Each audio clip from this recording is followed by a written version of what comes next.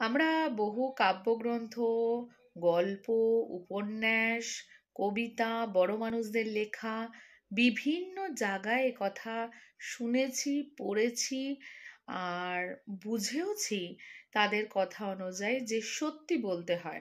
সত্যের জয় নাকি সর্বক্ষেত্রে, আর সেই সত্যের উপরে নাকি কিছুই নেই।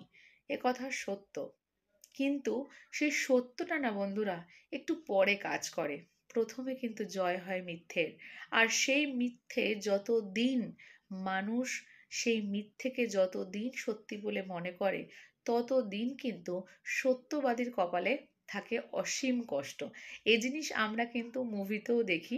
আমাদের হাসি পায়, কারণ মুভিটা একটা সম্পূর্ণটাই একটা বানানো গল্প, কিন্তু মুভি তো তৈরিই হয় বাস্তব থেকে।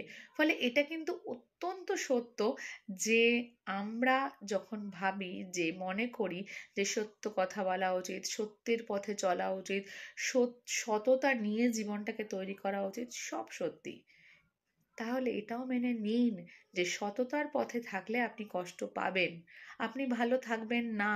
মিথ্যাচারী, মিথ্যা কথা বলার লোকেরা আপনাকে কষ্ট দেবে। হয়তো সেই কষ্ট পেতে পেতে আপনার জীবনের ৮০টা বছর চলে যাবে, যদি আপনি মরার আগের দিন এটা প্রতিষ্ঠা করতে পারেন যে আপনি ঠিক ছিলেন।